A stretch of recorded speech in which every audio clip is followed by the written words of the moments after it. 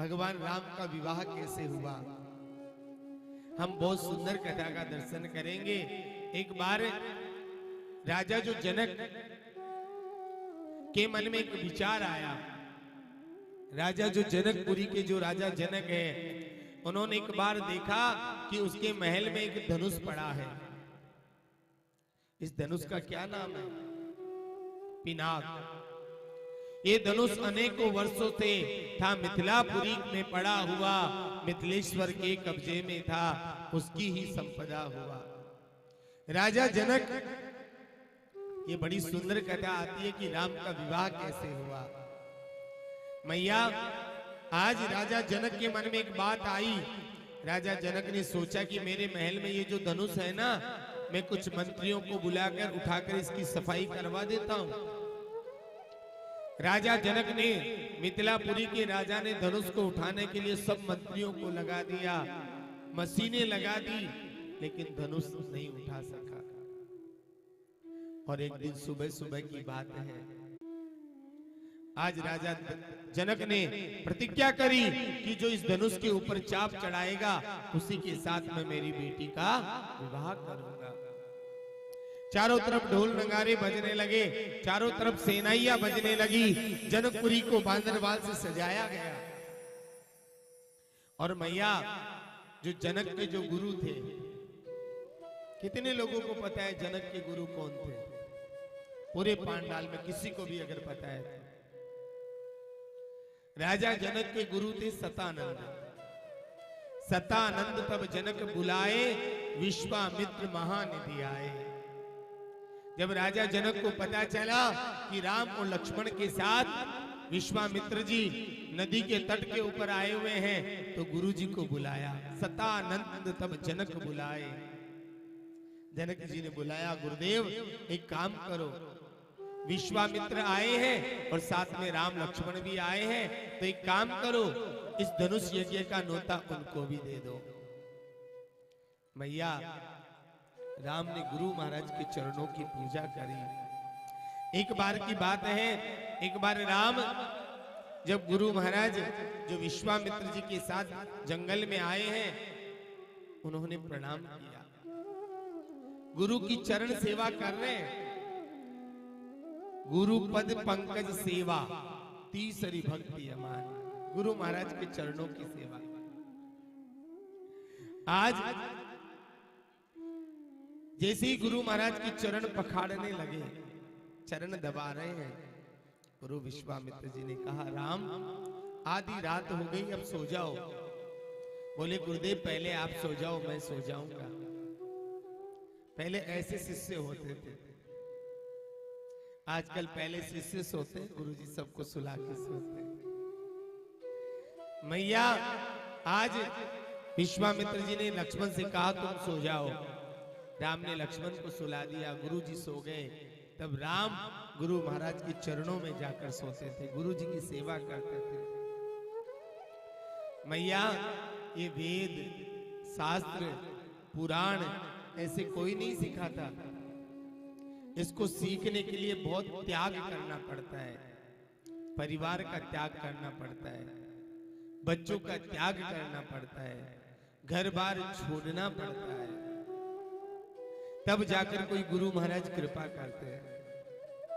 और कई बरस बीत जाते हैं, तब जाकर थोड़ा बहुत कुछ सिखाते हैं।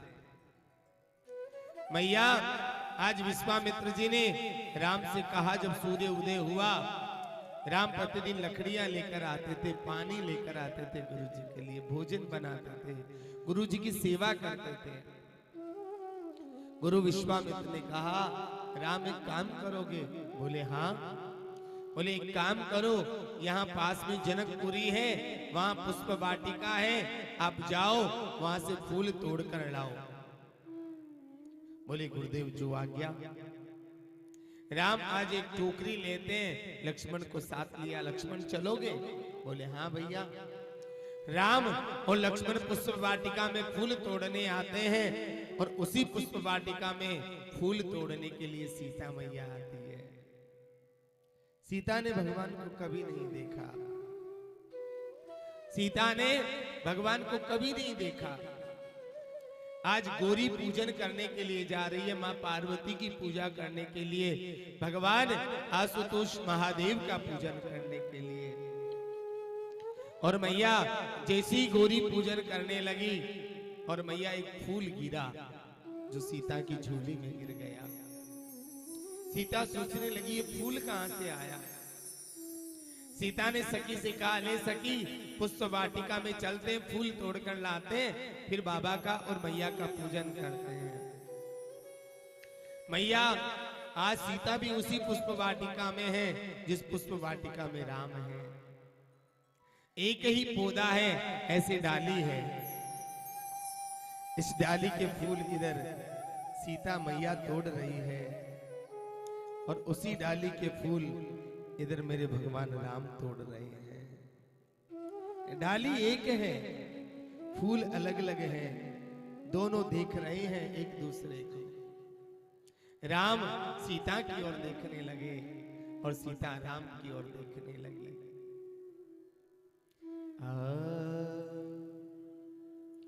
राम देखे सिया और सिया राम को, राम देखे सिया और सिया राम को, दोनों आंखें लड़ी की लड़ी रे गई, आंखें लड़ी की लड़ी रे गई। आज मैया इधर राम जी सीता की ओर देखते हैं और सीता राम की ओर देखती है। उधर लक्ष्मण देखने लगे, भैया कहाँ देख रहे हो। उधर सखिया कहने लगी, अरे सीता कहाँ दिख रही है, कहाँ खो रही है। आज सीता ने भगवान को निहारा, भगवान ने सीता को निहारा। यहाँ सीता मैया ने आज माँ पार्वती का पूजन किया। भैया जिन बेटी को गोर वर्ण पुरुष चाहिए, सुंदर पुरुष, सुयोग्य पुरुष चाहिए, जिस बेटी का विवाह समय पे नहीं होता, उस बेटी को गौरी पूजन करना चाहिए, शिव का आराधना करनी चाहिए, माँ पार्वती का पूजन करना चाहिए।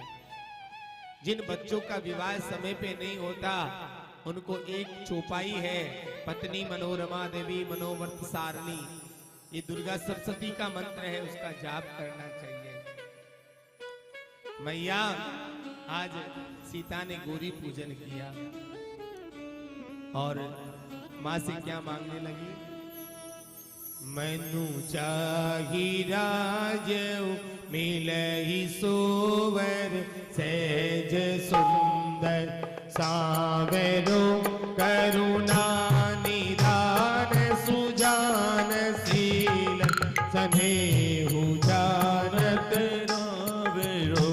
हे भाति गौरी आशीष सुनसिया, सहित हिया हर्षित हरि, तुलसी बवारी पूज पुनि पुनि, मुदित मन मंदिर चले। जान कोल अनुकूल सिय, ये हर सुन नहीं जाए कहीं, मंजुल मंगल भूम बांग, अंग फिर कन लगे। आज मैया का पूजन किया और माँ से क्या मांगने लगी। मनु चाही राजो मिलई सोवर, सहज सुंदर सामरो। हे मैया, अगर मैंने तुम्हारा सच्चे मन से पूजन किया है तो आज जिस छवि को मैंने निहारा है वो मुझे पति के रूप में मिले। मनु चाही राजो मिलई सोवर, सहज सुंदर सावरो, करुणा निदान सुजान शील, स्नेह जानत रावरो। ऐ बात गोरी असीस सुनसी, सहित ही हर्षित हली, तुलसी भवानी पूज्य पुनि पुनि, मुदित मन मंदिर चली। आज भगवान से मांगने लगी माँ। और आइए हम सब लोग सुंदर भाव ऐसा रखें कि हम भी जनक दुलारी के साथ उसी पुष्प वाटिका में खड़े हैं। सबको ऐसा ही लग रहा है ना? तो ऐसे नहीं दोनों हाथ और